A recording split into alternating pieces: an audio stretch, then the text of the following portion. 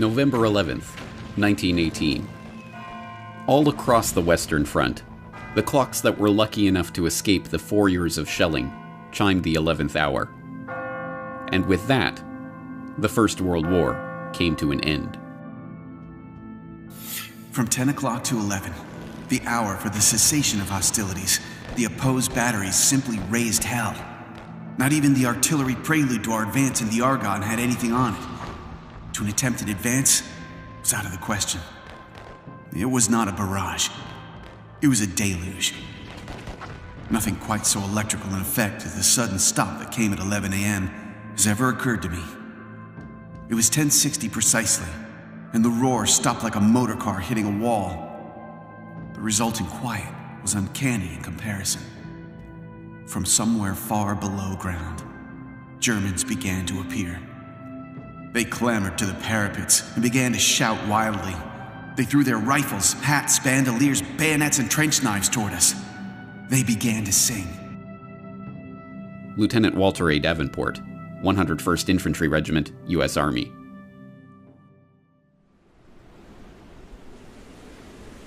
And just like that, it was over. 4 years of the bloodiest carnage the world had ever seen came to a stop as sudden and bewildering as its start. And the world vowed, never again. Each year, we lay the wreath. We hear the last post. We mouth the words, never again, like an incantation. But what does it mean? To answer this question, we have to understand what World War I was. World War I was an explosion. A breaking point in history. In the smoldering shell hole of that great cataclysm lay the industrial era optimism of never-ending progress. Old verities about the glory of war lay strewn around the battlefields of that great war, like a fallen soldier left to die in no man's land. And along with it lay all the broken dreams of a world order that had been blown apart. Whether we know it or not, we here in the 21st century are still living in the crater of that explosion, the victims of a First World War that we are only now beginning to understand. What was World War I about? How did it start? Who won? And what did they win? Now, 100 years after those final shots rang out, these questions still puzzle historians and laymen alike. But as we shall see, this confusion is not a happenstance of history, but the wool that has been pulled over our eyes to stop us from seeing what World War I really was. This is the story of World War I that you didn't read in the history books. This is the World War I Conspiracy.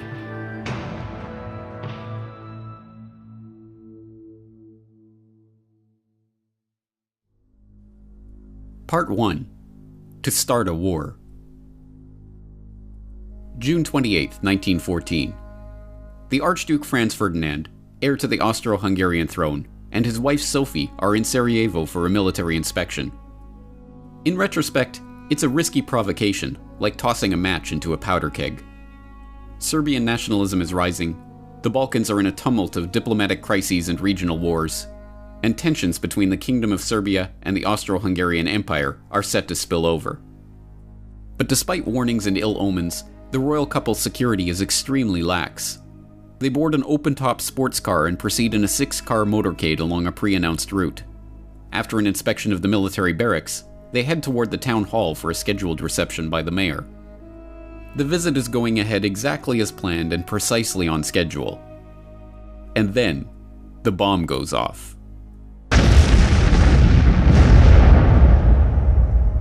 As we now know, the motorcade was a death trap. 6 assassins lined the royal couple's route that morning, armed with bombs and pistols. The first 2 failed to act, but the third, Nedeljko Chabrinovic, panicked and threw his bomb into the folded back of the Archduke's convertible. It bounced off onto the street, exploding under the next car in the convoy.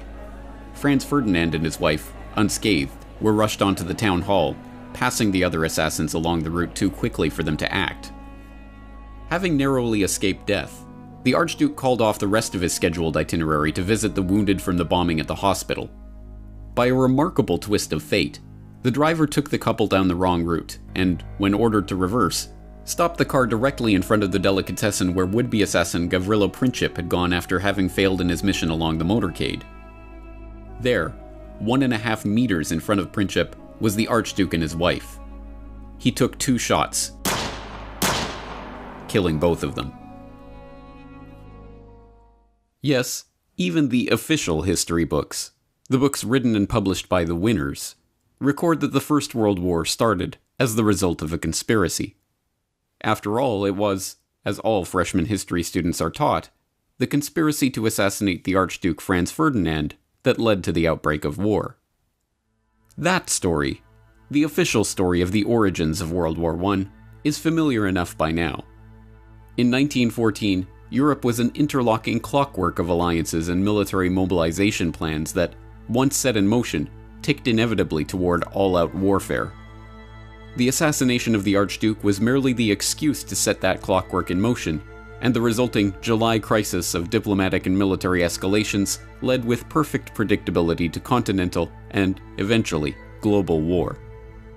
In this carefully sanitized version of history, World War I starts in Sarajevo on June 28, 1914. But this official history leaves out so much of the real story about the build-up to war that it amounts to a lie. But it does get one thing right. The First World War was the result of a conspiracy. To understand this conspiracy, we must turn not to Sarajevo and the conclave of Serbian nationalists plotting their assassination in the summer of 1914, but to a chilly drawing room in London in the winter of 1891. There, 3 of the most important men of the age, men whose names are but dimly remembered today, are taking the first concrete steps toward forming a secret society that they have been discussing amongst themselves for years. The group that springs from this meeting will go on to leverage the wealth and power of its members to shape the course of history, and, 23 years later, will drive the world into the first truly global war. Their plan reads like outlandish historical fiction. They will form a secret organization dedicated to the extension of British rule throughout the world and the ultimate recovery of the United States of America as an integral part of a British empire. The group is to be structured along the lines of a religious brotherhood. The Jesuit order is repeatedly invoked as a model, divided into 2 circles. An inner circle, called the Society of the Elect, who are to direct the activity of the larger outer circle, dubbed the Association of Helpers, who are not to know of the inner circle's existence. British rule and inner circles and secret societies. If presented with this plan today, many would say it was the work of an imaginative comic book writer. But the 3 men who gathered in London that winter afternoon in 1891 were no mere comic book writers. They were among the wealthiest and most influential men in British society, and they had access to the resources and the contacts to make that dream into a reality. Present at the meeting that day, William T. Stead, famed newspaper editor whose Pall Mall Gazette broke ground as a pioneer of tabloid journalism and whose Review of Reviews was enormously influential throughout the English-speaking world. Reginald Brett, later known as Lord Esher, an historian and politician who became friend, confidant, and advisor to Queen Victoria, King Edward VII, and King George V, and who was known as one of the primary powers behind the throne of his era. And Cecil Rhodes, the enormously wealthy diamond magnate whose exploits in South Africa and ambition to transform the African continent would earn him the nickname of Colossus by the satirists of the day. But Rhodes's ambition was no laughing matter. If anyone in the world had the power and ability to form such a group at the time, it was Cecil Rhodes. Richard Grove, historical researcher and author, tragedyandhope.com. Cecil Rhodes also was from Britain. He was educated at Oxford, but he only went to Oxford after he went to South Africa. He had an older brother. He follows him to South Africa. The older brother was working in the diamond mines, and by the time Rhodes gets there, he's got a setup, and his brother says, I'm going to go off and dig in the gold mines. They just found gold. And so he leaves Cecil Rhodes, his younger brother, who's like in his 20s, with this whole diamond mining operation. Rhodes then goes to Oxford, comes back down to South Africa, with the help of Lord Rothschild, who had funding efforts behind De Beers and taking advantage of that situation. And from there, they start to use there's no other term than slave labor, which then turns in later to the apartheid policy of South Africa. Well, Rhodes was particularly important because in many ways, at the end of the 19th century, he seriously epitomized where capitalism was, where wealth really lay. Jerry Docherty, World War I scholar and co-author of Hidden History, The Secret Origins of the First World War. Rhodes had the money and he had the contact. He was a great Rothschild man, and his mining wealth was literally uncountable. He wanted to associate himself with Oxford because Oxford gave him the kudos of the university of knowledge, of that kind of power. And in fact, that was centered in a very secretive place called All Souls College. Still, you'll find many references to All Souls College and people behind the curtain and such phrases, power behind thrones. Rhodes was centrally important in actually putting money up in order to begin to gather together like-minded people of great influence. Rhodes was not shy about his ambitions, and his intention to form such a group were known to many. Throughout his short life, Rhodes discussed his intentions openly with many of his associates who, unsurprisingly, happened to be among the most influential figures in British society at that time. More remarkably, this secret society, which was to wield its power behind the throne, was not a secret at all. The New York Times even published an article discussing the founding of the group in the April 9, 1902 edition of the paper, shortly after Rhodes's death. The article, headlined "Mr. Rhodes's Ideal of Anglo-Saxon Greatness," and carrying the remarkable subhead, "He believed a wealthy secret society should work to secure the world's peace and a British-American federation," summarized this sensational plan by noting that Rhodes's idea for the development of the English-speaking race was the foundation of a society copied, as to organization, from the Jesuits. Noting that his vision involved uniting the United States Assembly and our House of Commons to achieve the peace of the world, the article quotes Rhodes as saying, "The only thing feasible to carry out this idea is a secret society gradually absorbing the wealth of the world." This idea is laid down in black and white in a series of wills that Rhodes wrote throughout his life. Wills that not only laid out his plan to create such a society and provided the funds to do so, but, even more remarkably, were collected in a volume published after his death by co-conspirator William T. Stead. Rhodes also left his great deal of money, not having any children, not having married, dying at a young age, left it in a very well-known last will and testament, of which there were several different editions, naming different benefactors, naming different executors. So in 1902, Cecil Rhodes dies. There's a book published. It contains his last will and testament. The guy who wrote the book, William T. Stead, was in charge of a British publication called the Review of the Reviews. He was part of Rhodes's roundtable group. He at one time was an executor for the will. And in that will, it says that he laments the loss of America from the British Empire and that they should formulate a secret society with the specific aim of bringing America back into the empire. Then he names all the countries that they need to include in this list to have world domination, to have an English-speaking union, to have British race as the enforced culture on all countries around the world. The will contains the goal. The goal is amended over a series of years and supported and used to gain support.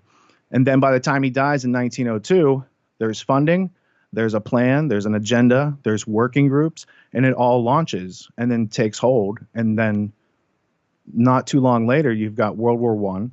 And then from that, you've got World War II. And then you've got a century of control and slavery that really could have been prevented. When, at the time of Rhodes' death in 1902, this secret society decided to partially reveal itself, it did so under the cloak of peace. It was only because they desired world peace, they insisted, that they had created their group in the first place. and only for the noblest of reasons that they aimed to gradually absorb the wealth of the world. But contrary to this pacific public image, from its very beginnings, the group was interested primarily in war. In fact, one of the very first steps taken by this Rhodes Round Table, as it was known by some, was to maneuver the British Empire into war in South Africa. This Boer War of 1899 to 1902 would serve a dual purpose. It would unite the disparate republics and colonies of South Africa into a single unit under British imperial control, and, not incidentally, it would bring the rich gold deposits of the Transvaal Republic into the orbit of the Rothschilds Rhodes-controlled British South Africa Company. The war was, by the group's own admission, entirely its doing. The point man for the operation was Sir Alfred Milner, a close associate of Rhodes and a member of the secret society's inner circle who was then the governor of the British Cape Colony. Although largely forgotten today, Alfred Milner, later 1st Viscount Milner, was perhaps the most important single figure in Britain at the dawn of the 20th century. From Rhodes's death in 1902, he became the unofficial head of the Round Table Group and directed its operations, leveraging the vast wealth and influence of the group's exclusive membership to his own ends. With Milner, there was no compunction or moral hand-wringing about the methods used to bring about those ends. In a letter to Lord Roberts, Milner casually confessed to having engineered the Boer War. "I precipitated the crisis, which was inevitable, before it was too late.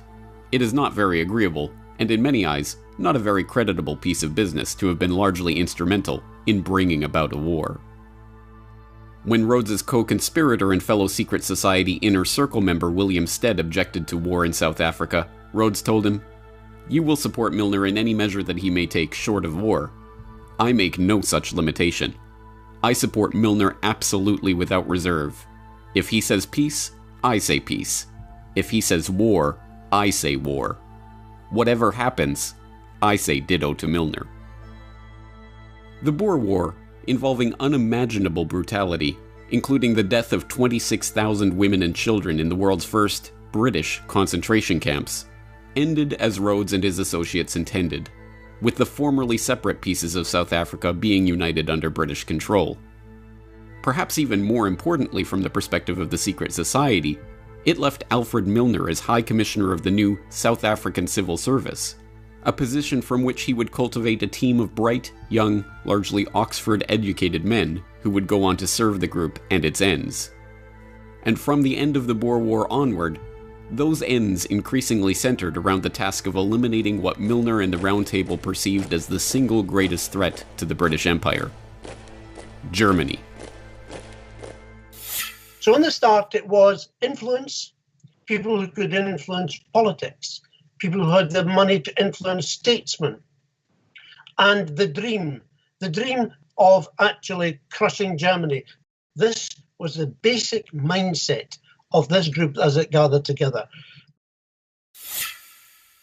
Germany. In 1871, the formerly separate states of modern-day Germany united into a single empire under the rule of Wilhelm I.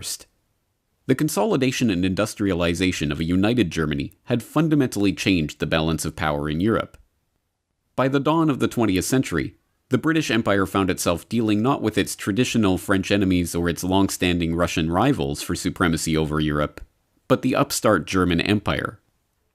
Economically, technologically, even militarily, if the trends continued, it would not be long before Germany began to rival and even surpass the British Empire. For Alfred Milner and the group he had formed around him out of the old Rhodes Round Table Society, it was obvious what had to be done. To change France and Russia from enemies into friends as a way of isolating and, eventually, crushing Germany. Peter Hoff, author of The Two Edwards, How King Edward VII and Foreign Secretary Sir Edward Grey Fomented the First World War. Yes, well, from the British perspective, Germany, after their unification in 1871, they became very strong very quickly. And this, over time, this worried the British more and more.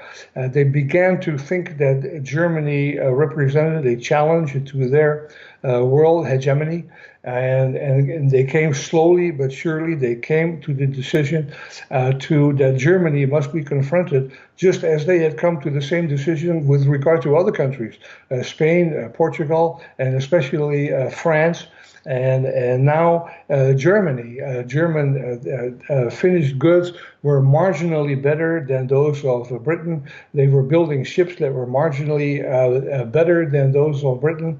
And all of this, British leaders slowly came to the decision that Germany needed to be confronted while it was still possible to do so. It might not be possible to do so if they waited too long. And so this is how the decision crystallized. Germany, I think that Britain might possibly have accepted the German ascendance, but they had something that was close at hand. Then that was the Franco-Russian alliance, and they thought if they could hook in with that alliance, then they had the possibility of defeating Germany quickly and without too much trouble. And that is basically what they did. But crafting an alliance with two of Britain's biggest rivals and turning public opinion against one of its dearest continental friends was no mean feat. To do so would require nothing less than for Milner and his group to seize control of the press, the military, and all the diplomatic machinery of the British Empire. And so that's exactly what they did. The first major coup occurred in 1899, while Milner was still in South Africa launching the Boer War. That year, the Milner Group ousted Donald Mackenzie Wallace, the director of the Foreign Department at the Times, and installed their man, Ignatius Valentine Schirall. Schirall, a former employee of the Foreign Office with inside access to officials there, not only helped to ensure that one of the most influential press organs of the empire would spin all international events for the benefit of the secret society, but he helped to prepare his close personal friend, Charles Harding, to take on the crucial post of ambassador to Russia in 1904, and, in 1906, the even more important post of permanent undersecretary at the Foreign Office. With Harding, Milner's group had a foot in the door at the British Foreign Office. But they needed more than just their foot in that door if they were to bring about their war with Germany. In order to finish the coup, they needed to install one of their own as Foreign Secretary. And, with the appointment of Edward Grey as Foreign Secretary in December of 1905, that's precisely what happened. Sir Edward Grey was a valuable and trusted ally of the Milner Group. He shared their anti-German sentiment and, in his important position of Foreign Secretary, showed no compunction at all about using secret agreements and unacknowledged alliances to further set the stage for war with Germany. Well, he became Foreign Secretary in 1905, I believe, and the Foreign Secretary in France was, of course, Delcasse. And Delcasse was very much anti-German and very passionate about the recovery of Alsace-Lorraine. And so he and the king hit it off very well together. And Edward Grey shared this anti-German feeling with the king, as I explained in my book, how he came to have that attitude about Germany. But in any case, he had the same attitude with the king. They worked very well together.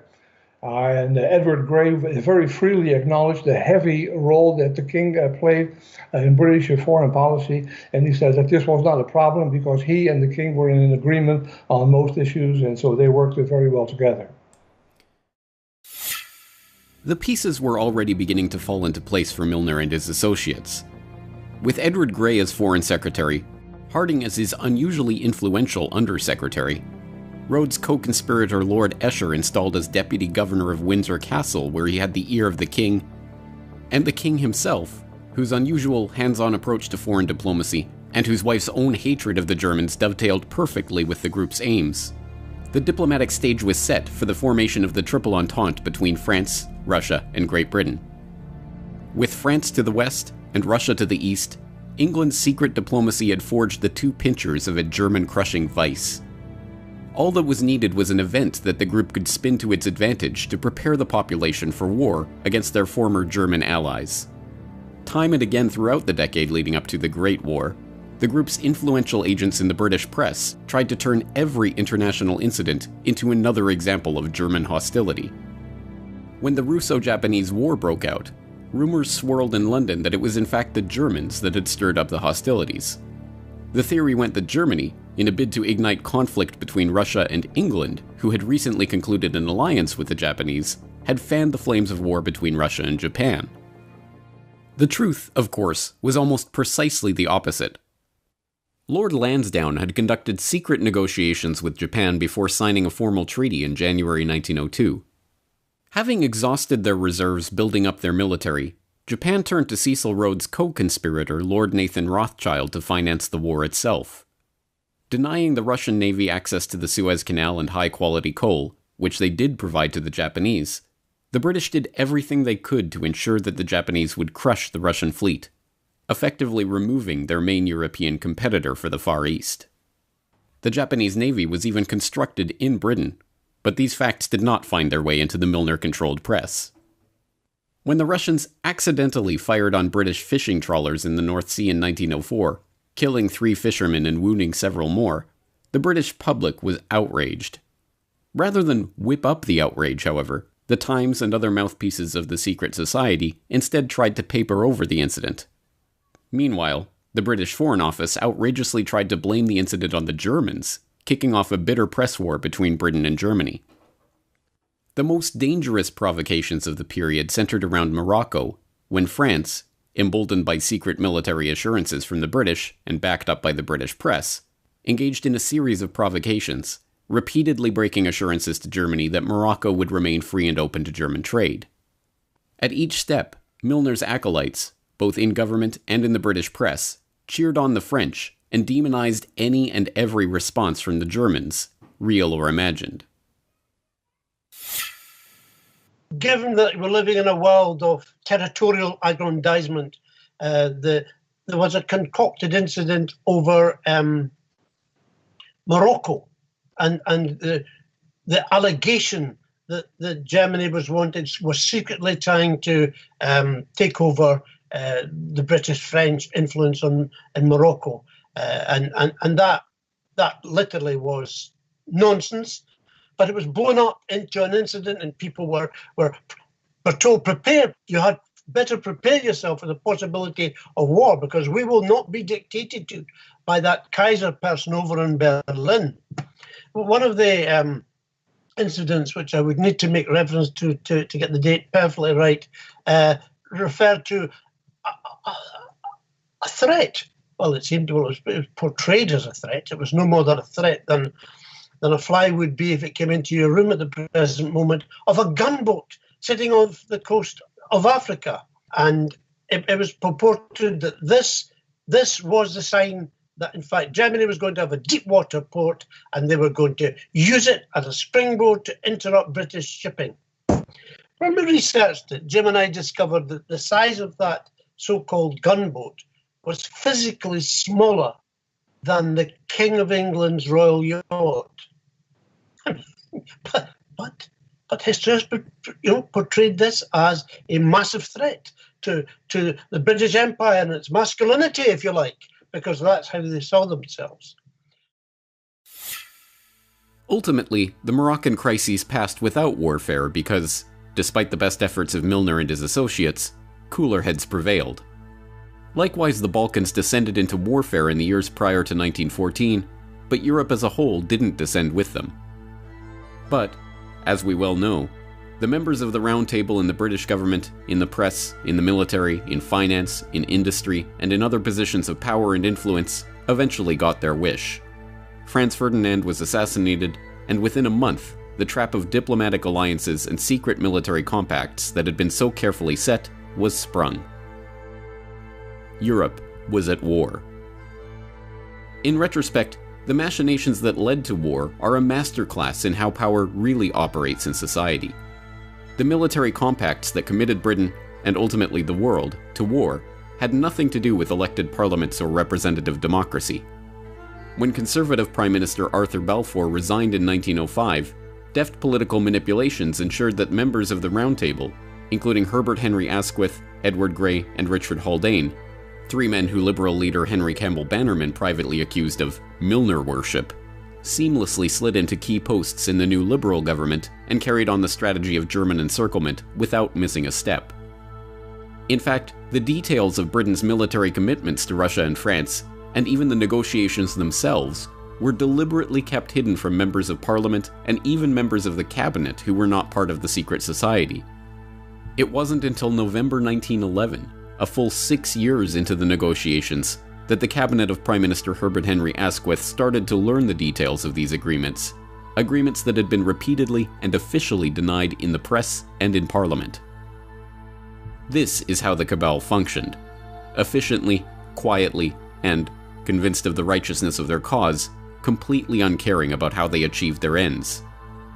It is to this clique, not to the doings of any conspiracy in Sarajevo, that we can attribute the real origins of the First World War, with the 9 million dead soldiers and 7 million dead civilians that lay piled in its wake. But for this cabal, 1914 was just the start of the story.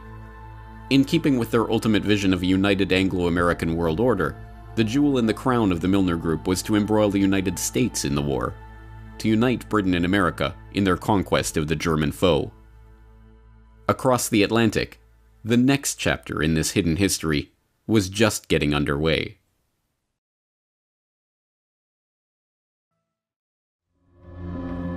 Part 2. The American Front. May 7th, 1915. Colonel Edward Mandell House is on his way to meet with King George V, who ascended to the throne after Edward VII's death in 1910. Accompanying him is Edward Grey, British Foreign Secretary and acolyte of the Milner Group. The two speak of the probability of an ocean liner being sunk, and House informs Grey that, if this were done, a flame of indignation would sweep across America, which would in itself probably carry us into the war. An hour later, at Buckingham Palace, King George V inquires about an even more specific event. We fell to talking, strangely enough, of the probability of Germany sinking a transatlantic liner. He said, suppose they should sink the Lusitania with American passengers on board. And, by a remarkable coincidence, at 2 o'clock that afternoon, just hours after these conversations took place, that is precisely what happened.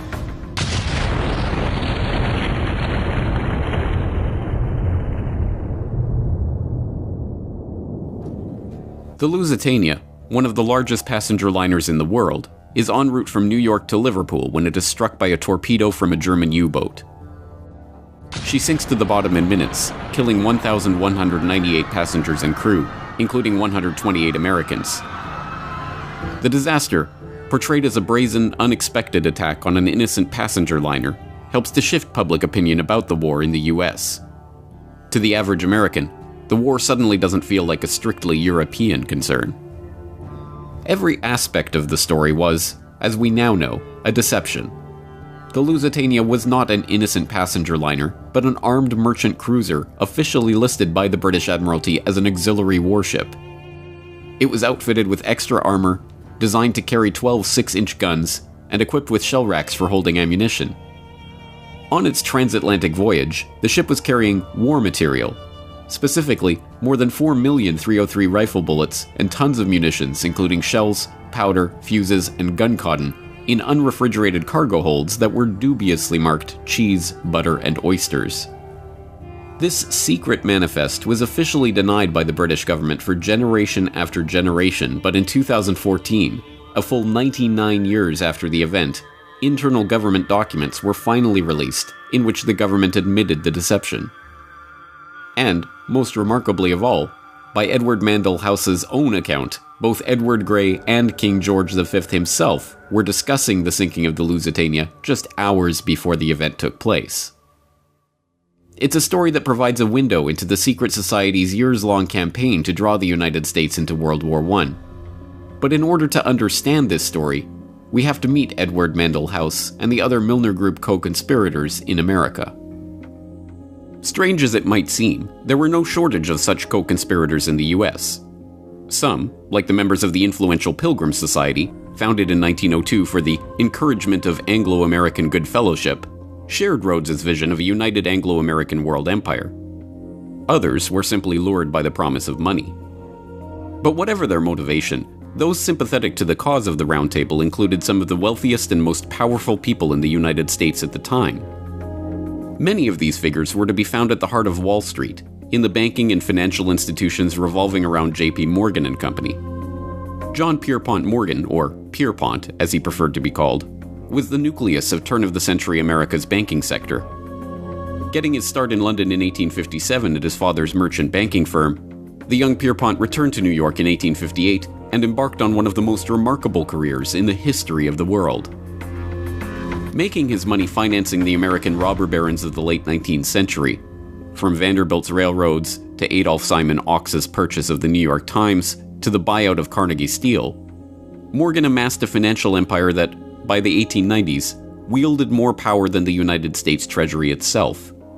He teamed up with his close allies, the House of Rothschild, to bail out the US government during a gold shortage in 1895 and ease the Panic of 1907, which he helped to precipitate by locking 120 of the country's most prestigious bankers in his library and forcing them to reach a deal on a $25 million loan to keep the banking system afloat.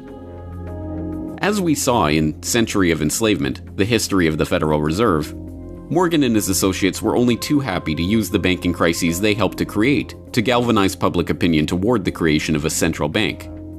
So long as that central bank was owned and directed by Wall Street, of course. But their initial plan, the Aldrich Plan, was immediately recognized as a Wall Street ploy.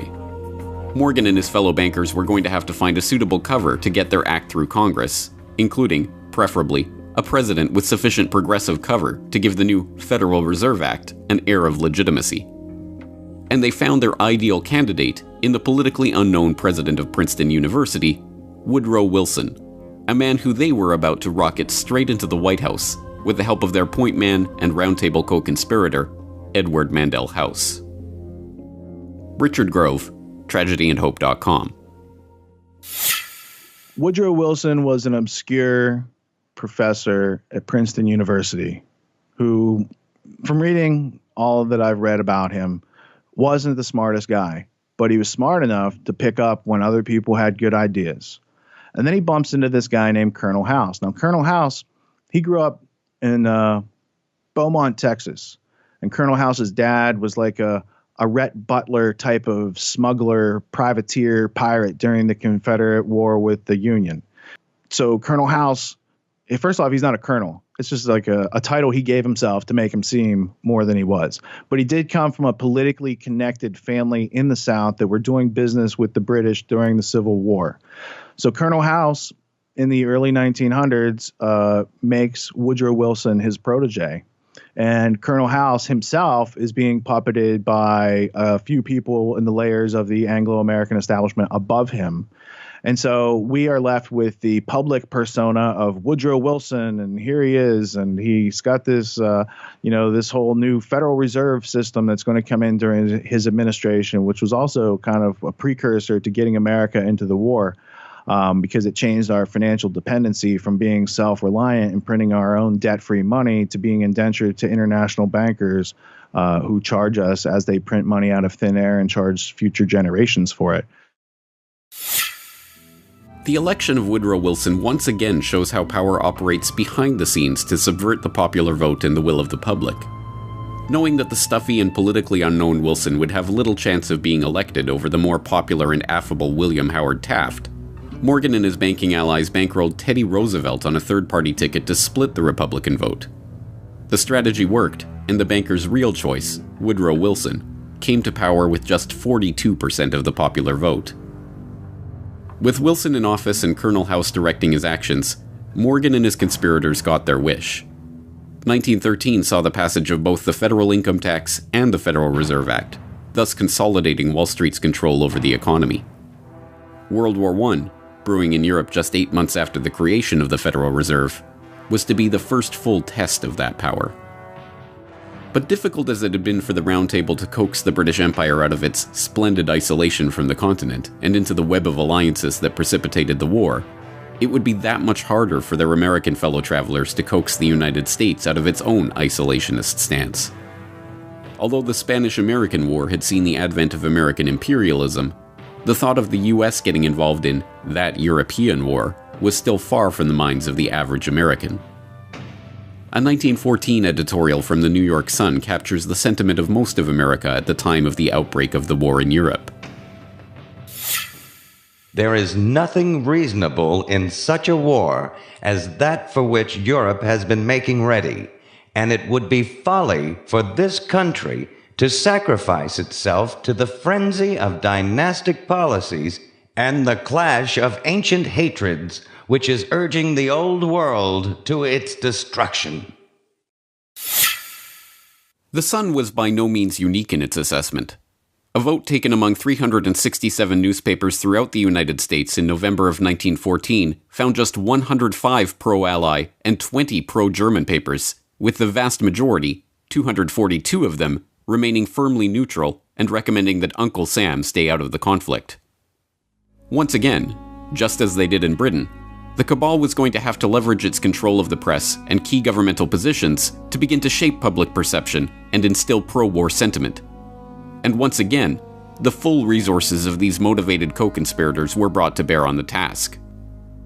One of the first shells in this barrage of propaganda to penetrate the American consciousness was the rape of Belgium, a catalogue of scarcely believable atrocities allegedly committed by the German forces in their invasion and occupation of Belgium at the start of the war. In a manner that was to become the norm in 20th century propaganda, the stories had a kernel of truth. There is no doubt that there were atrocities committed and civilians murdered by German forces in Belgium. But the propaganda that was spun from those kernels of truth was so over the top in its attempts to portray the Germans as inhuman brutes that it serves as a perfect example of war propaganda. The American population at that time had a lot of German people in it. 30 to 50% of the population had relations back to Germany. So there had to be this very clever propaganda campaign. It's known today as babies on bayonets. So if you have no interest in World War I, but you think it's interesting to study propaganda so you don't get fooled again, then type it into your favorite search engine, babies on bayonets, World War I. You'll see hundreds of different posters where the Germans are bayoneting babies, and it brings about emotions, and it doesn't give you the details of anything, and emotions drive wars, not facts. Facts are left out and deleted all the time in order to create wars. So I think that putting facts back in might help prevent wars. But I do know that they like to drive people on emotion. The babies on bayonets, getting America into World War I, that's a key part of it. Children who had their hands chopped off, nuns that were raped, shocking things, genuinely shocking things. The Canadian officer who was nailed to a St. Andrew's cross on a church door and left there to bleed to death.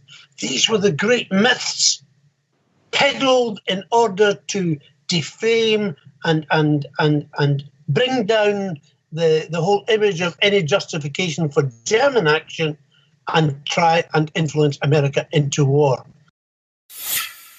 Jerry Docherty, co-author of Hidden History, The Secret Origins of the First World War. That's not to say that there weren't atrocities on both sides. War is an atrocious event, and there are always victims, absolutely. And I offer no justification for it. But the lies, the unnecessary abuse of propaganda, even when in Britain they decided that they would put together the definitive volume of evidence to present it to the world, the person they asked to do this just so happened to have been former British ambassador to the United States and a man called Bryce, who was very well liked in the States. And his evidence was published and put forward, and there were screeds of stories after stories. But then later it was discovered that, in fact, the people who took the evidence hadn't been allowed to speak to any of the Belgians directly, that in fact what they were doing is they were listening to a middleman or agents who had supposedly taken these stories, and when one of the official committee said, well, hold on, can I speak to one of can I speak to someone directly? No.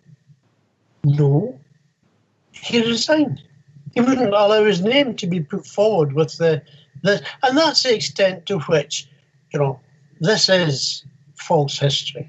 It's not even acceptable to call it fake news. It's just disgusting. The campaign had its intended effect.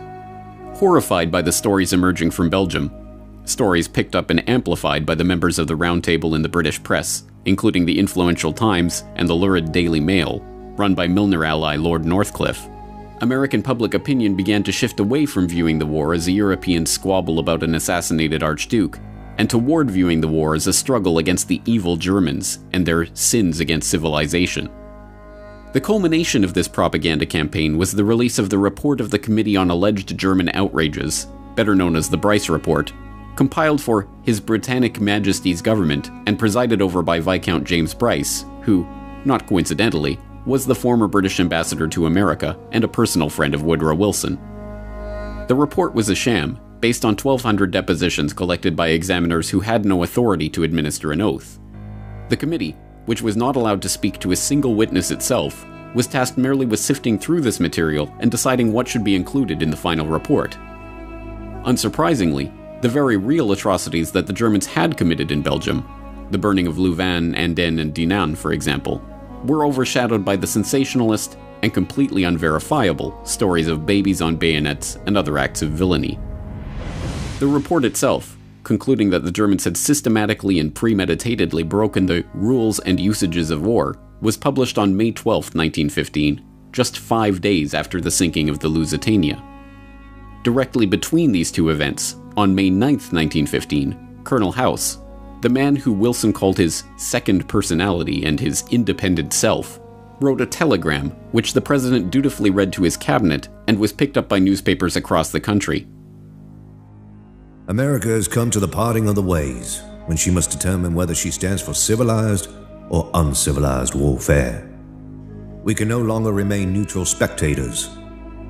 Our action in this crisis will determine the part we play when peace is made, and how far we may influence a settlement for the lasting good of humanity.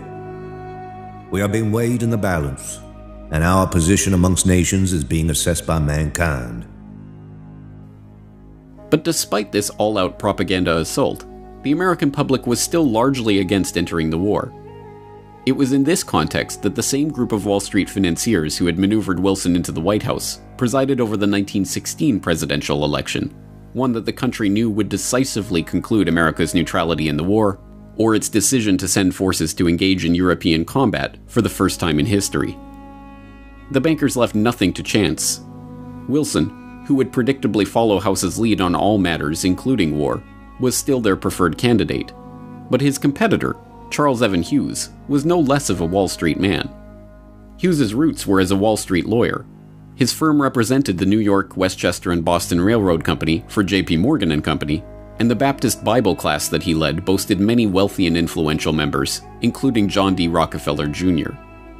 The affable Hughes was stiff competition for the wooden and charmless Wilson, but such was the importance of American neutrality that "He kept us out of war" actually became the central slogan of the campaign that saw Wilson return to the White House. And then, of course, came the famous election of 1916. Wilson wasn't popular, but Wilson simply, he had no kind of public persona which warmed people. On the contrary, he was a cold fish. He had dubious links with several of those who were powerful in Wall Street. But his propaganda for re-election was, he kept us out of war. Here was a man, vote for Wilson, he kept us out of war. An inherent promise that he would continue to keep America out of war. And in fact, of course, within months, America was thrown into the war by its own government. He kept us out of war. But just as in the British election of 1906, which saw the British public overwhelmingly voting for Henry Campbell Bannerman's Liberal Party and their platform of peace, only to get the Milnerites in the cabinet entering secret agreements to bring about war, So too was the American public duped at the ballot box in 1916. In fact, in the fall of 1915, over 1 year before the election even took place, Wilson's string puller, Edward Mandell House, was engaged in a secret negotiation with Edward Grey, the Milnerite heading Britain's Foreign Office. That negotiation, long hidden from the public but finally revealed when House's papers were published in 1928, shows the lengths to which Grey and House were willing to go to draw America into the war on the side of the Allies and against the Germans. On October 17, 1915, House drafted a letter to Grey which he called one of the most important letters I ever wrote. Before sending it, he split it into 2 separate coded messages to ensure it would not be readable if it were intercepted.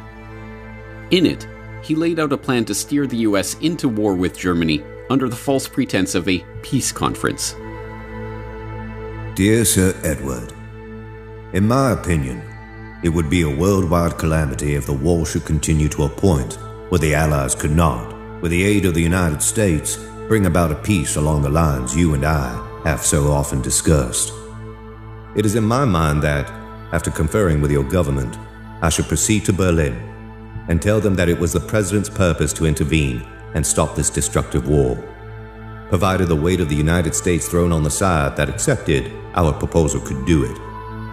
I would not let Berlin know, of course, of any understanding had with the Allies, but would rather lead them to think our proposal would be rejected by the Allies. This might induce Berlin to accept the proposal, but if they do not do so, it would nevertheless be the purpose to intervene. Perhaps realizing the gravity of what was being proposed, Woodrow Wilson, the man who would later be elected for his ability to keep America out of war, merely added the word probably to House's assurance that America would join the war. The negotiations for this plan continued throughout the fall of 1915 and winter of 1916.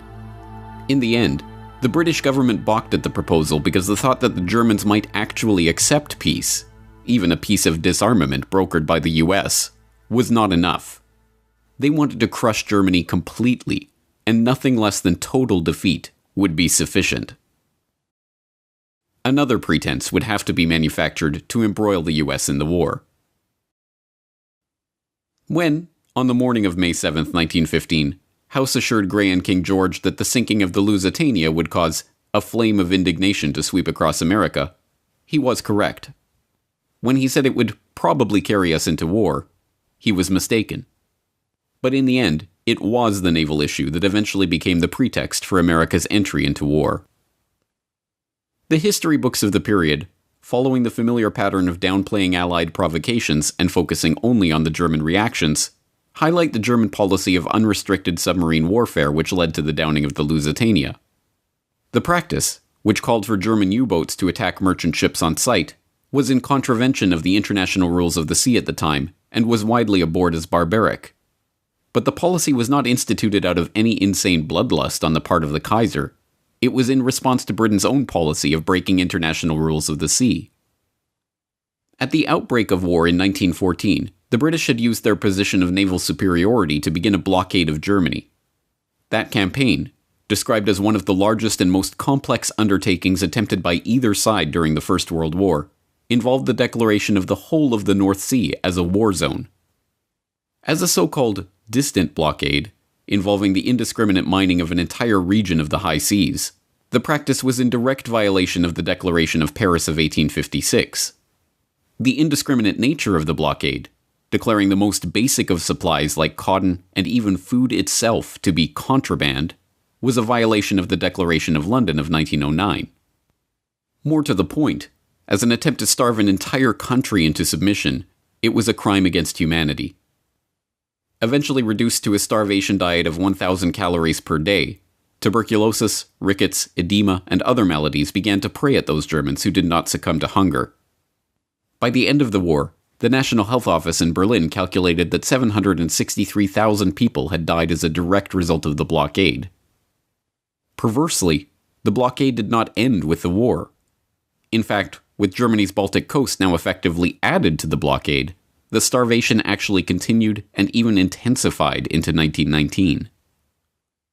Faced with protestations from the Austrian ambassador about the illegality of the British blockade, Colonel House, now America's de facto president, merely observed, "He forgets to add that England is not exercising her power in an objectionable way, for it is controlled by a democracy."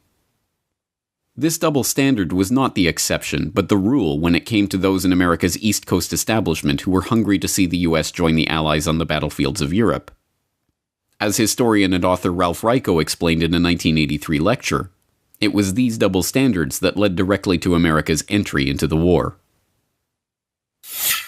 The Wilson administration now takes the position which will ultimately lead to war. The German government is to be held strictly accountable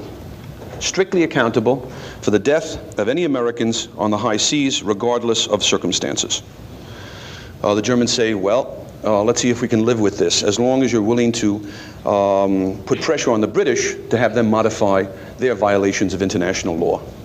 That is, they're placing a food on the list of contraband materials, which had never been done before. The British, as you know, take your merchant ships off the high seas on the way to Rotterdam, because they say anything that goes to Rotterdam is going to go to Germany. So they take American ships off the high seas. The British have put cotton on the list of contraband, confiscating these materials.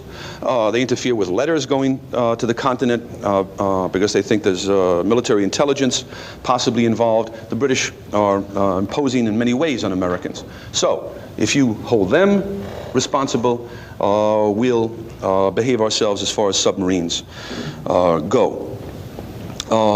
This was not to be the case. And the attitude of the Americans towards British violations of neutral rights were quite different. One reason is that the American ambassador to London, Walter Hines Page, was an extreme Anglophile. One time, for instance, he gets a message from the State Department saying, tell the British they have to stop interfering with American mail shipments to neutral ports. And the American ambassador goes to the British Foreign Minister, Edward Grey, and says, look at the message I've just got from Washington. Let's get together and try to answer this. This was his attitude. The British were never held to the same standard as the Germans. At home, Theodore Roosevelt, who in previous years had been a great friend of the Kaisers and a great admirer of Germany, now says we have to get into this war right away. Besides that, there's a campaign for preparedness, for building up the American Army, the American Navy, drilling American citizens in combat techniques. There's a kind of hysteria, really, that travels over the country, considering that there's, at this time, certainly, no chance of some kind of immediate threat to the United States. And people like Roosevelt and Wilson begin talking in a very unfortunate way. Wilson says, for instance, in America we have too many hyphenated Americans. Of course, he meant German Americans, Irish Americans. And these people are not totally loyal to our country. Already scapegoats are being looked for, and public opinion is being roused. In January, this diplomatic negotiation, the exchange of memos goes on for the next few years. In January of 1917, the Americans, not having been able to budge the British in the least on any British violation of American rights, the British blockade intensifying, the Germans really feeling hunger. In a very literal sense, especially the people on the home front. The Kaiser is persuaded by his admirals and generals to begin unrestricted submarine warfare around the British Isles. The American position by this time had solidified, had become a totally rigid one, and when all is said and done, when you go through all of the back and forth memoranda and notes and principles established, the United States went to war against Germany in 1917 for the right of Americans to travel in armed, belligerent merchant ships carrying munitions through war zones. Wilson's position was that even in that case, the Germans simply had no right to attack the ship, as long as there are Americans on the ship. Shall I repeat that? Armed, belligerent, that is to say English, armed English merchant ships carrying munitions could not be fired upon by the Germans as long as there were American citizens on board. And it was for the right of Americans to go into the war zone on such vessels that we finally went to war. After months of deliberations, and with the situation on the home front becoming increasingly desperate, the German military commanders decided to resume their unrestricted submarine warfare in 1917. As expected, U.S. merchant ships were sunk, including 4 ships in late March alone. On April 2, 1917, Woodrow Wilson made his historic speech calling for Congress to declare war on Germany and commit U.S. troops to European battlefields for the first time. The speech, made over 100 years ago by and for a world that has long since passed away, still resonates with us today. Embedded within it is the rhetoric of warfare that has been employed by president after president, prime minister after prime minister, in country after country, and war after war, right down to the current day. From it comes many of the phrases that we still recognize today as the language of lofty ideals and noble causes that always accompany the most bloody and ignoble wars. With a profound sense of the solemn and even tragical character of the step I am taking, and of the grave responsibilities which it involves, but in unhesitating obedience to what I deem my constitutional duty, I advise that the Congress declare the recent course of the Imperial German government to be, in fact, nothing less than war against the government and people of the United States. The world must be made safe for democracy. Its peace must be planted upon the tested foundations of political liberty. We have no selfish ends to serve. We desire no conquest, no dominion. We seek no indemnities for ourselves, no material compensation for the sacrifices we shall freely make. We are but one of the champions of the rights of mankind. We shall be satisfied when those rights have been made as secure as the faith and the freedom of nations can make them. 4 days later, on April 6, 1917, the U.S. Congress issued a formal declaration of war against the Imperial German government. Inside the White House, President Woodrow Wilson conferred with advisors, then signed the proclamation of war against Germany. Everywhere there was cheering and waving of flags. Hindsight or cynicism might make us smile at the thought that this war was sometimes called the Great Adventure. Never again would we see our entry into a major conflict excite so many to such heights of elation. Naive? Probably. But here was a generation of young men not yet saturated by the paralyzing variety of self-analysis and the mock sciences. They believed. Over there, send the word over there, that the Yanks are coming, the drums coming everywhere, so prepare, say a All along the Western Front, the Allies rejoiced. The Yanks were coming. House, the Milner Group, the Pilgrims, the Wall Street financiers, and all of those who had worked so diligently for so many years to bring Uncle Sam into war had got their wish. And before the war was over, millions more casualties would pile up. Carnage the likes of which the world had never seen before had been fully unleashed. The trenches and the shelling, the no man's land and the rivers of blood, the starvation and the destruction, the carving up of empires, and the eradication of an entire generation of young men. Why? What was it all for? What did it accomplish? What was the point? To this day, over 100 years later, we still look back on the horrors of that great war with confusion. For so long we have been told non-answers about incompetent generals and ignorant politicians. It's the senselessness of war the teachers of this fraudulent and partial history have told us with a shrug. But, now that the players who worked to set the stage for this carnage have been unmasked, these questions can finally be answered.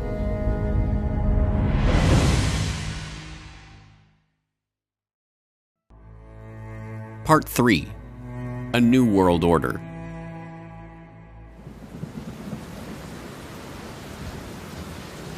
February 21st, 1916. A week of rain, wind, and heavy fog along the Western Front finally breaks, and for a moment there is silence in the hills north of Verdun. That silence is broken at 7:15 a.m. when the Germans launch an artillery barrage heralding the start of the largest battle the world had ever seen. Thousands of projectiles are flying in all directions, some whistling, others howling, others moaning low, and all uniting in one infernal roar. From time to time, an aerial torpedo passes, making a noise like a gigantic motor car. With a tremendous thud, a giant shell bursts quite close to our observation post, breaking the telephone wire and interrupting all communication with our batteries. A man gets out at once for repairs, crawling along on his stomach through all this place of bursting mines and shells. It seems quite impossible that he should escape in the rain of shell, which exceeds anything imaginable. There has never been such a bombardment in war.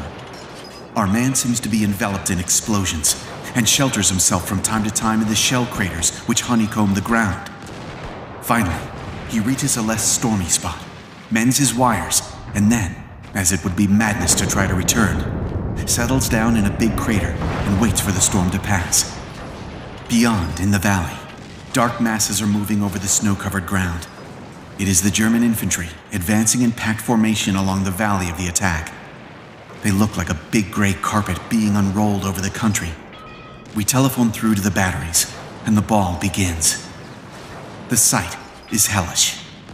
In the distance, in the valley, and upon the slopes, regiments spread out, and as they deploy, fresh troops come pouring in. There's a whistle over our heads.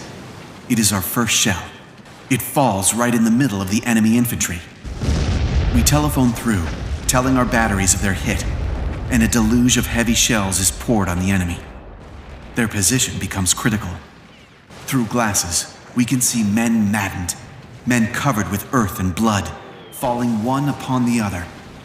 When the first wave of the assault is decimated, the ground is dotted with heaps of corpses. But the second wave is already pressing on.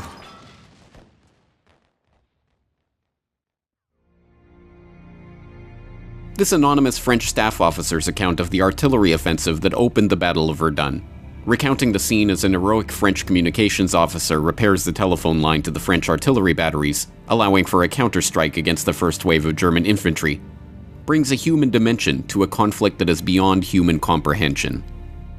The opening salvo of that artillery barrage alone, involving 1,400 guns of all sizes, dropped a staggering 2.5 million shells on a 10-kilometer front near Verdun in northeastern France over 5 days of nearly uninterrupted carnage, turning an otherwise sleepy countryside into an apocalyptic nightmare of shell holes, craters, torn-out trees, and ruined villages.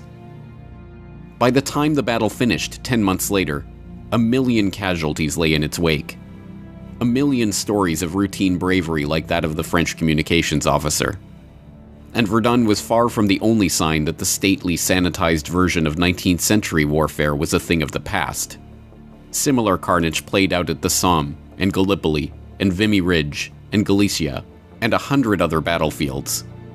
Time and again, the generals threw their men into meat grinders, and time and again, the dead bodies lay strewn on the other side of that slaughter. But how did such bloodshed happen? For what purpose? What did the First World War mean? The simplest explanation is that the mechanization of 20th century armies had changed the logic of warfare itself. In this reading of history, the horrors of World War I were the result of the logic dictated by the technology with which it was fought.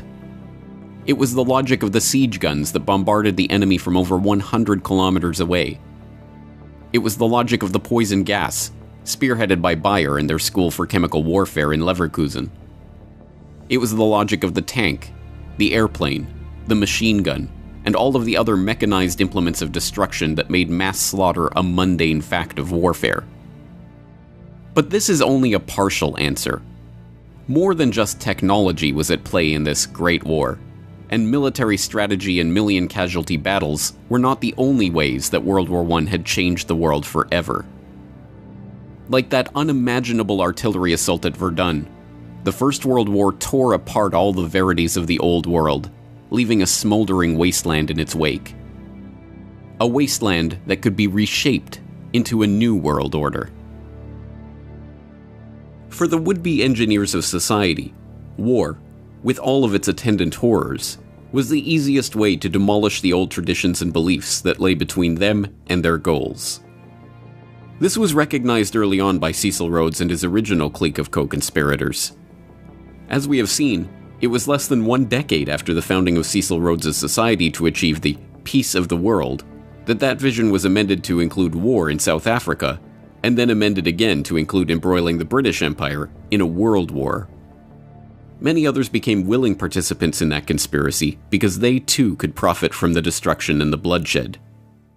And the easiest way to understand this idea is at its most literal level: profit. War is a racket. It always has been. It is possibly the oldest, easily the most profitable, surely the most vicious. It is the only one international in scope. It is the only one in which the profits are reckoned in dollars and the losses in lives. A racket is best described, I believe, as something that is not what it seems to be to the majority of the people. Only a small inside group knows what it is about. It is conducted for the benefit of the very few at the expense of the very many. Out of war, a few people make huge fortunes. In the World War, a mere handful garnered the profits of the conflict. At least 21,000 new millionaires and billionaires were made in the United States during the World War. That many admitted their huge blood gains on their income tax returns.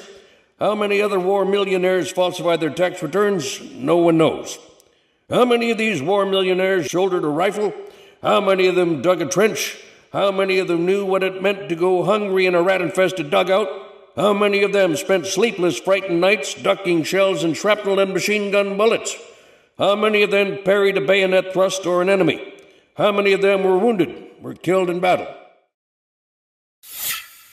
As the most decorated Marine in the history of the United States at the time of his death, Smedley Butler knew of what he spoke. Having seen the minting of those tens of thousands of new millionaires and billionaires out of the blood of his fellow soldiers, his famous rallying cry, "War is a racket," has resonated with the public since he first began, in his own memorable words, trying to educate the soldiers out of the sucker class. Indeed, the war profiteering on Wall Street started even before America joined the war. Although, as J.P. Morgan partner Thomas Lamont noted, at the outbreak of the war in Europe, American citizens were urged to remain neutral in action, in word, and even in thought.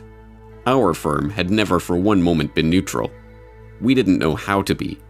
From the very start, we did everything we could to contribute to the cause of the Allies. Whatever the personal allegiances that may have motivated the bank's directors, this was a policy that was to yield dividends for the Morgan Bank that even the greediest of bankers could scarcely have dreamed of before the war began. John Pierpont Morgan himself died in 1913, before the passage of the Federal Reserve Act he had stewarded into existence, and before the outbreak of war in Europe. But the House of Morgan stood strong, with the Morgan Bank under the helm of his son, John Pierpont Morgan Jr., maintaining its position as preeminent financier in America. The young Morgan moved quickly to leverage his family's connections with the London banking community, and the Morgan Bank signed its first commercial agreement with the British Army Council in January 1915, just 4 months into the war. That initial contract, a $12 million purchase of horses for the British war effort to be brokered in the US by the House of Morgan, was only the beginning.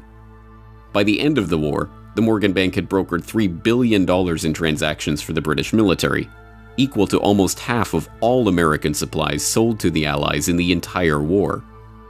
Similar arrangements with the French, Russian, Italian, and Canadian governments saw the bank broker billions more in supplies for the Allied war effort. But this game of war financing was not without its risks. If the Allied powers were to lose the war, the Morgan Bank and the other major Wall Street banks would lose the interest on all of the credit they had extended to them. By 1917, the situation was dire. The British government's overdraft with Morgan stood at over $400 million, and it was not clear that they would even win the war, let alone be in a position to repay all their debts when the fighting was over.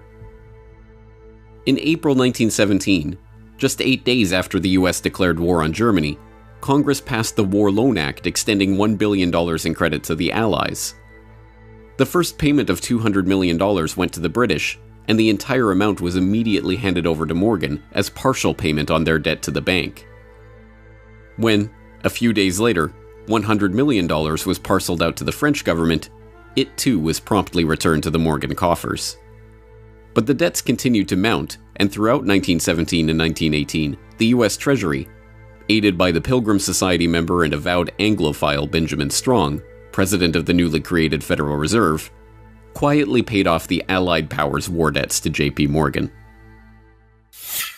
What I think is interesting is also the bankers' viewpoint here.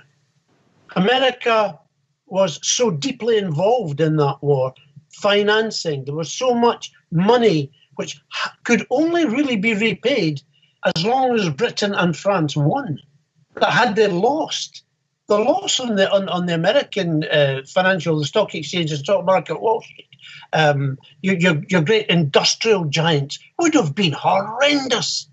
So America was deeply involved, not the people, as is ever the case, not the ordinary citizen who cares, but the financial establishment who had, if you like, treated the entire thing as they might a casino and put all the money on one end of the board, and it had to come good for them.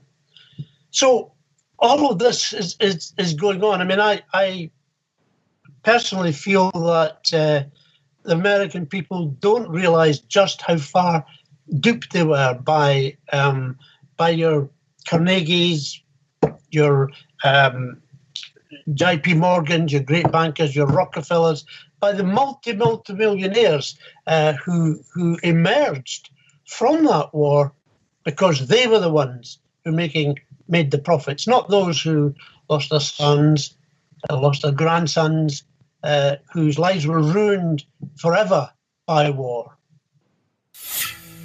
After America officially entered the war, the good times for the Wall Street bankers got even better. Bernard Baruch, the powerful financier who personally led Woodrow Wilson into Democratic Party headquarters in New York like a poodle on a string to receive his marching orders during the 1912 election, was appointed to head the newly created War Industries Board. With war hysteria at its height, Baruch and the fellow Wall Street financiers and industrialists who populated the board were given unprecedented powers over manufacture and production throughout the American economy, including the ability to set quotas, fix prices, standardize products, and, as a subsequent congressional investigation showed, pad costs so that the true size of the fortunes that the war profiteers extracted from the blood of the dead soldiers were hidden from the public. Spending government funds at an annual rate of $10 billion, the board minted many new millionaires in the American economy. Millionaires who, like Samuel Prescott Bush of the infamous Bush family, happened to sit on the War Industries Board. Bernard Baruch himself was said to have personally profited from his position as head of the War Industries Board to the tune of $200 million. The extent of government intervention in the economy would have been unthinkable just a few years before. The National War Labor Board was set up to mediate labor disputes. The Food and Fuel Control Act was passed to give the government control over the distribution and sale of food and fuel. The Army Appropriations Act of 1916 set up the Council of National Defense, populated by Baruch and other prominent financiers and industrialists, who oversaw private sector coordination with the government in transportation, industrial and farm production, financial support for the war, and public morale. In his memoirs at the end of his life, Bernard Baruch openly gloated, "The experience had a great influence upon the thinking of business and government. WIB had demonstrated the effectiveness of industrial cooperation and the advantage of government planning and direction. We helped inter the extreme dogmas of laissez-faire, which had for so long molded American economic and political thought. Our experience taught that government direction of the economy need not be inefficient or undemocratic, and suggested that in time of danger, it was imperative."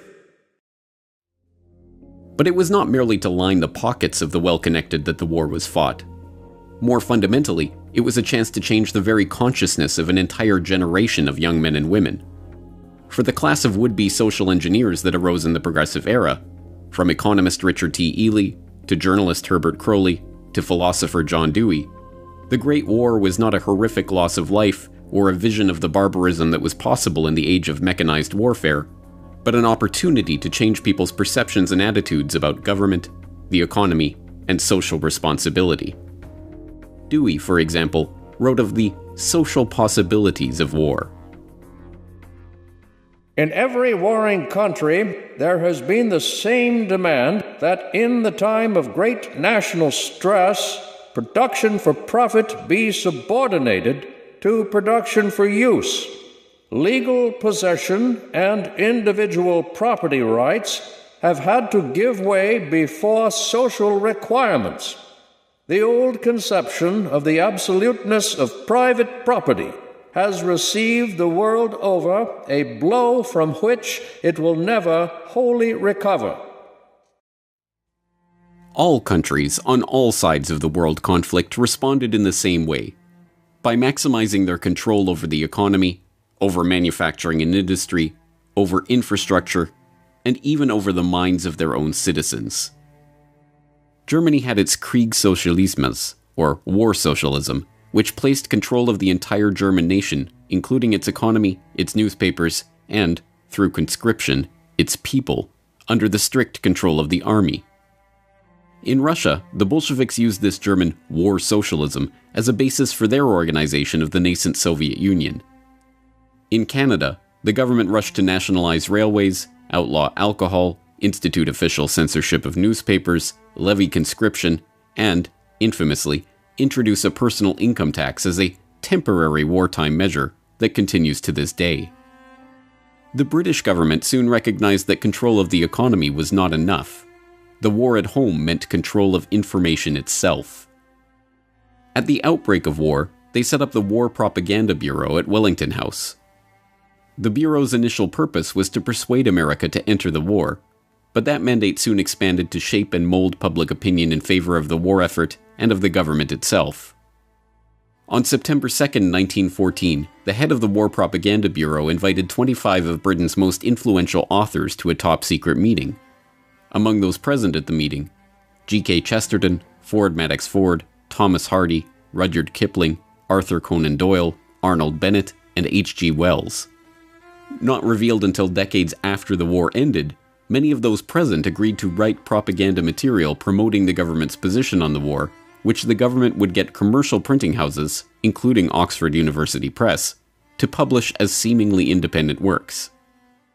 Under the secret agreement, Arthur Conan Doyle wrote To Arms, John Masefield wrote Gallipoli and The Old Front Line, Mary Humphrey Ward wrote England's Effort and Towards the Goal, Rudyard Kipling wrote The New Army in Training, G.K. Chesterton wrote The Barbarism of Berlin.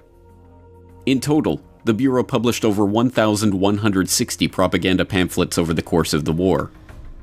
Hilaire Belloc later rationalized his work in service of the government. It is sometimes necessary to lie damnably in the interests of the nation. War correspondent William Beach Thomas was not so successful in the battle against his own conscience.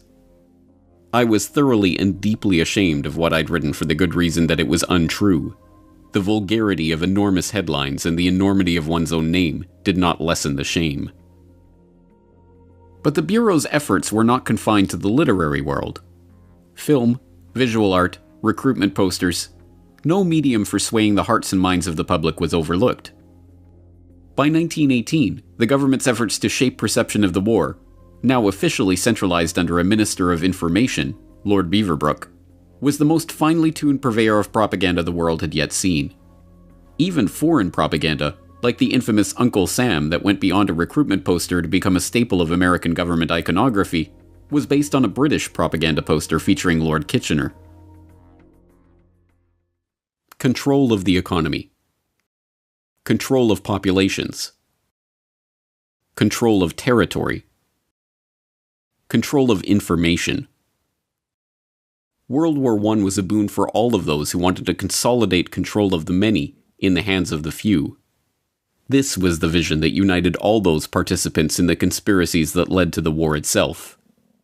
Beyond Cecil Rhodes and his secret society, there was a broader vision of global control for the would-be rulers of society who were seeking what tyrants had lusted after since the dawn of civilization: control of the world. World War I was merely the first salvo in this clique's attempts to create not a reordering of this society or that economy, but a new world order. What World War I allowed these globalists, these Anglophiles, these people who wanted the English-speaking union to reign over the whole world, what it allowed them to do was militarize American thinking. And what I mean by that is there was a whistleblower called Norman Dodd. He was the head researcher for the Reese Committee that looked into how nonprofit foundations were influencing American education away from freedom. And what they found was the Carnegie Institute for International Peace was seeking to understand how to make America a wartime economy, how to take the state apparatus over, how to change the education to get people to continually consume, how to have arms production ramp up. And then once this happened in World War I, if you look at what happened in the 1920s, you've got people like Major General Smedley Butler, who is using the U.S. military to advance corporate interests in Central and South America and doing some very caustic things to the indigenous people, insofar as these were not American policies really before the Spanish-American War in 1898, meaning that going and taking foreign military action was not part of the diplomatic strategy of America prior to our engagement with the British Empire in the late 1800s and as it ramped up after Cecil Rhodes's death. So what these people gained was the foothold for world government from which they could get, through globalism, what they called a new world order. The creation of this new world order was no mere parlor game. It meant a complete redrawing of the map, the collapse of empires and monarchies, the transformation of the political, social, and economic life of entire swaths of the globe. Much of this change was to take place in Paris in 1919 as the victors divvied up the spoils of war. But some of it, like the fall of the Romanovs and the rise of the Bolsheviks in Russia, was to take place during the war itself. In hindsight, the fall of the Russian Empire in the midst of the First World War seems inevitable. Unrest had been in the air since Russia's defeat by the Japanese in 1905, and the ferocity of the fighting on the Eastern Front, coupled with the economic hardship, which hit Russia's overcrowded, overworked urban poor particularly hard, made the country ripe for revolt. That revolt happened during the so-called February Revolution, when Tsar Nicholas was swept from power and a provisional government installed in his place. But that provisional government, which continued to prosecute the war at the behest of its French and British allies, was competing for control of the country with the Petrograd Soviet, a rival power structure set up by the socialists in the Russian capital. The struggle for control between the two bodies led to riots, protests, and ultimately, battles in the street. Russia in the spring of 1917 was a powder keg waiting to explode. And in April of that year, two matches, one called Vladimir Lenin and one called Leon Trotsky, were thrown directly into that powder keg by both sides of the Great War. Vladimir Lenin, a Russian communist revolutionary who had been living in political exile in Switzerland, saw in the February Revolution his chance to push through a Marxist revolution in his homeland. But, although for the first time in decades his return to that homeland was politically possible, the war made the journey itself an impossibility. Famously, he was able to broker a deal with the German General Staff to allow Lenin and dozens of other revolutionaries to cross through Germany on their way to Petrograd. Germany's reasoning in permitting the infamous sealed train ride of Lenin and his compatriots is, as a matter of war strategy, straightforward. If a band of revolutionaries could get back to Russia and bog down the provisional government, then the German army, fighting that government, would benefit. If the revolutionaries actually came to power and took Russia out of the war altogether, so much the better. But the curious other side of this story, the one demonstrating how Lenin's fellow communist revolutionary, Leon Trotsky, was shepherded from New York, where he had been living well beyond the means of his income as a writer for socialist periodicals, through Canada, where he was stopped and identified as a revolutionary en route to Russia, and on to Petrograd, is altogether more incredible. And, unsurprisingly, that story is mostly avoided by historians of the First World War.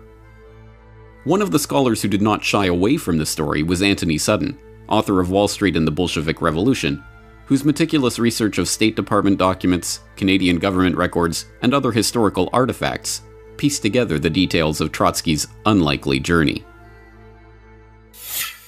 Trotsky was in New York. He had no income.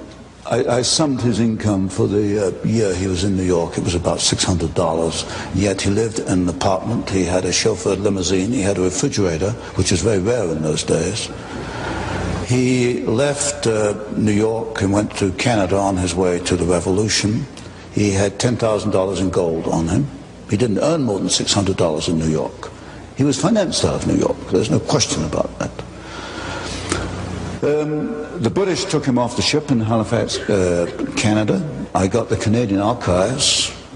They knew who he was. They knew who Trotsky was. They knew he was going to start a revolution in Russia. Instructions from London came to put Trotsky back on the boat with his party and allow them to go forward. So there is no question that Woodrow Wilson, who issued the passport for Trotsky, and the New York financiers who financed Trotsky, and the British Foreign Office allowed Trotsky to perform his part in the revolution. After succeeding in pushing through the Bolshevik Revolution in November of 1917, one of Trotsky's first acts in his new position as People's Commissar for Foreign Affairs was to publish the secret treaties and understandings that Russia had signed with France and Britain. These documents revealed the secret negotiations in which the Entente powers had agreed to carve up the colonial world after the war. The stash of documents included agreements on the partition of Asiatic Turkey, creating the modern Middle East out of the remnants of the Ottoman Empire, the treaty with Italy, promising conquered territory to the Italian government in exchange for their military aid in the campaign against Austria-Hungary, a treaty redrawing the frontiers of Germany, promising France its long-held wish of reacquiring Alsace-Lorraine and recognizing Russia's complete liberty in establishing her western frontiers, diplomatic documents relating to Japan's own territorial aspirations, and a host of other treaties, agreements, and negotiations. One of these agreements, the Sykes-Picot Agreement between Britain and France, which was signed in May 1916, has grown in infamy over the decades. The agreement divided modern-day Turkey, Jordan, Iraq, Syria, and Lebanon among the Triple Entente, and although the revelation of the agreement caused much embarrassment for the British and the French and forced them to publicly back away from the Sykes-Picot map, served as the basis for some of the arbitrary lines on the map of the modern-day Middle East, including the border between Syria and Iraq.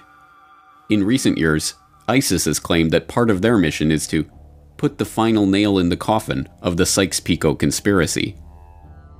Other territorial conspiracies, like the Balfour Declaration, signed by Arthur Balfour, then acting as Foreign Secretary for the British government, and addressed to Lord Walter Rothschild, one of the co-conspirators in Cecil Rhodes' original secret society, are less well known today.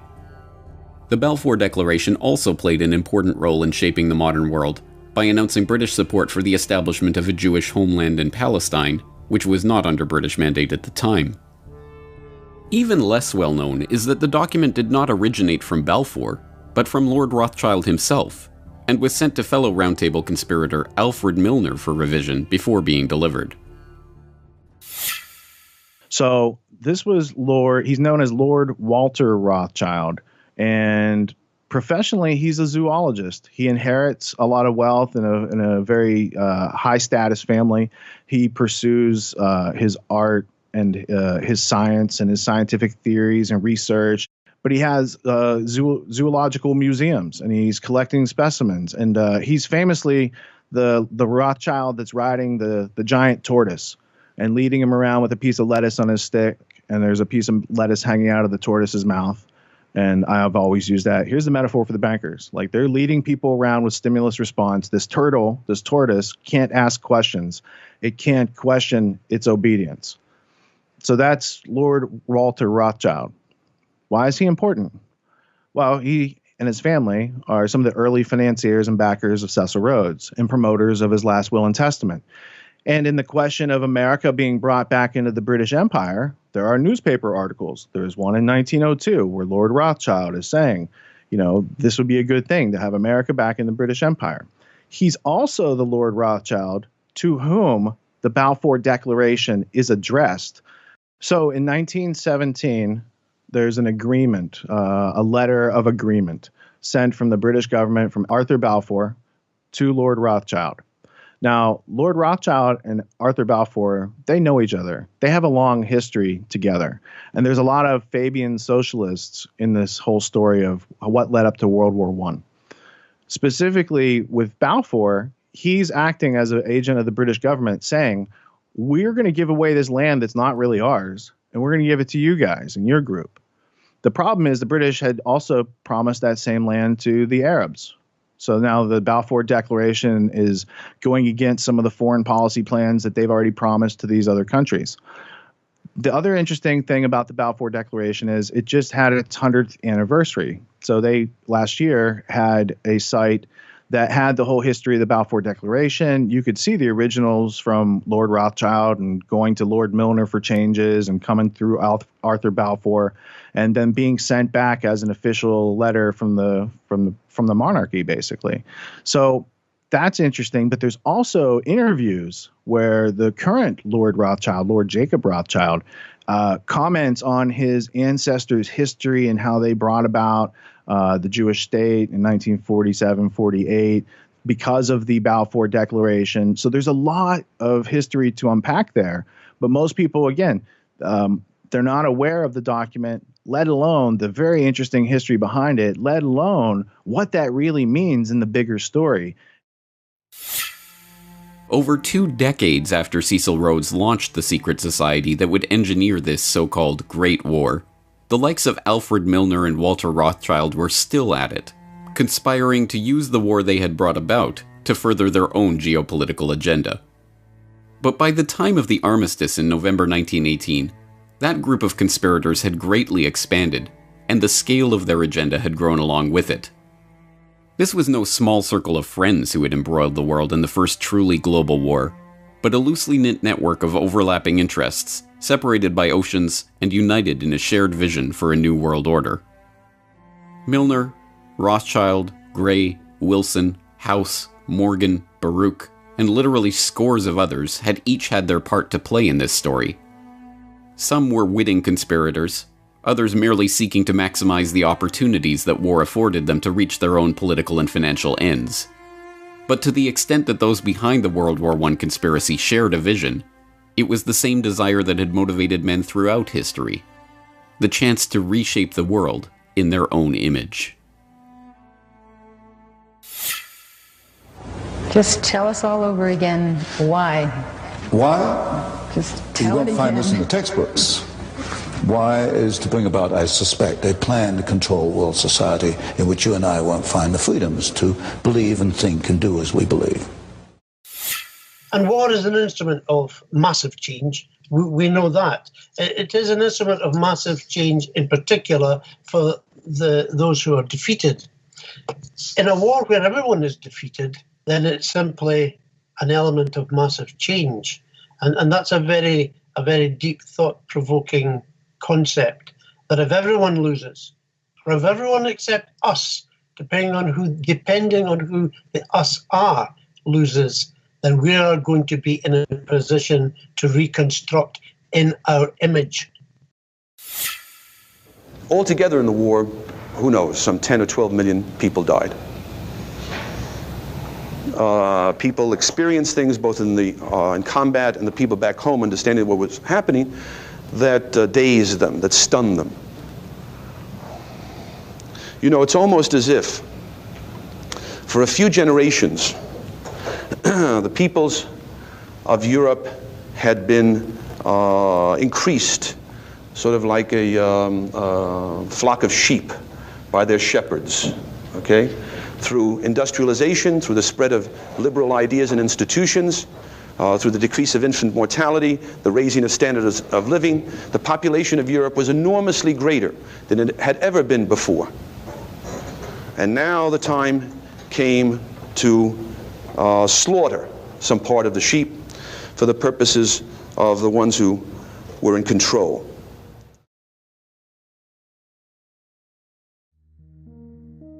For the ones in control, World War I had been the birth pangs of a new world order. And now, the midwives of this monstrosity slouched towards Paris to take part in its delivery. The end of the beginning. All over the world, on November 11th, 1918, people were celebrating, dancing in the streets, drinking champagne, hailing the armistice that meant the end of the war. But at the front, there was no celebration. Many soldiers believed the armistice only a temporary measure and that the war would soon go on. As night came, the quietness, unearthly in its penetration, began to eat into their souls. The men sat around log fires, the first they'd ever had at the front.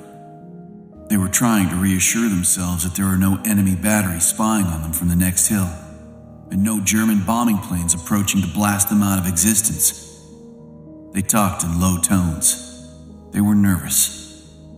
After the long months of intense strain, of keying themselves up to the daily mortal danger, of thinking always in terms of war and the enemy, the abrupt release from it all was physical and psychological agony. Some suffered a total nervous collapse. Some, of a steadier temperament, began to hope that they would someday return to home in the embrace of loved ones. Some could think only of the crude little crosses that marked the graves of their comrades. Some fell into an exhausted sleep.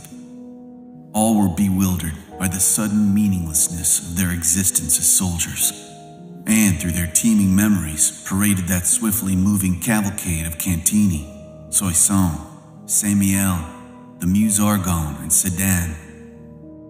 What was to come next? They did not know, and hardly cared.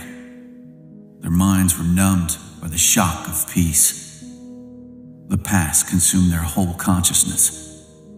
The present did not exist, and the future was inconceivable. Colonel Thomas R. Gowanlock, 1st Division, U.S. Army. Little did those troops know how right they were. As the public rejoiced in the outbreak of peace after 4 years of the bloodiest carnage that the human race had ever endured, the very same conspirators that had brought about this nightmare were already converging in Paris for the next stage of their conspiracy. There, behind closed doors, they would begin their process of carving up the world to suit their interests, laying the groundwork and preparing the public consciousness for a new international order, setting the stage for an even more brutal conflict in the future, and bringing the battle-weary soldiers' worst fears for the future to fruition. And all in the name of peace. The French general, Ferdinand Foch, famously remarked after the Treaty of Versailles that, "This is not a peace. It is an armistice for 20 years. As we now know, his pronouncement was precisely accurate. The armistice on November 11th, 1918 may have marked the end of the war, but it was not the end of the story. It was not even the beginning of the end. It was, at best, the end of the beginning.